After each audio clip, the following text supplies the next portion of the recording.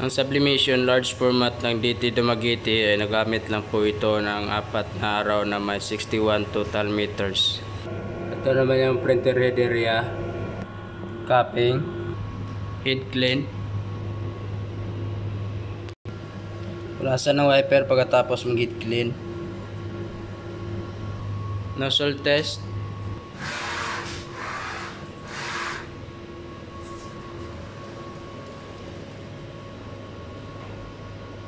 ink system tama lang po, ground wire, AVR, waste tank nilinis lang po ito kahapon. Ito naman yung stock namin na MYK. Ito naman yung 1.55 subli paper roll, daily output record,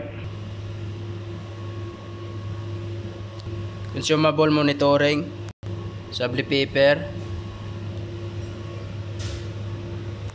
cyan,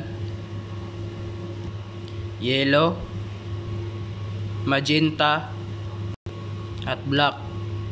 Ito naman yung ICC profile ko. Yan lang po.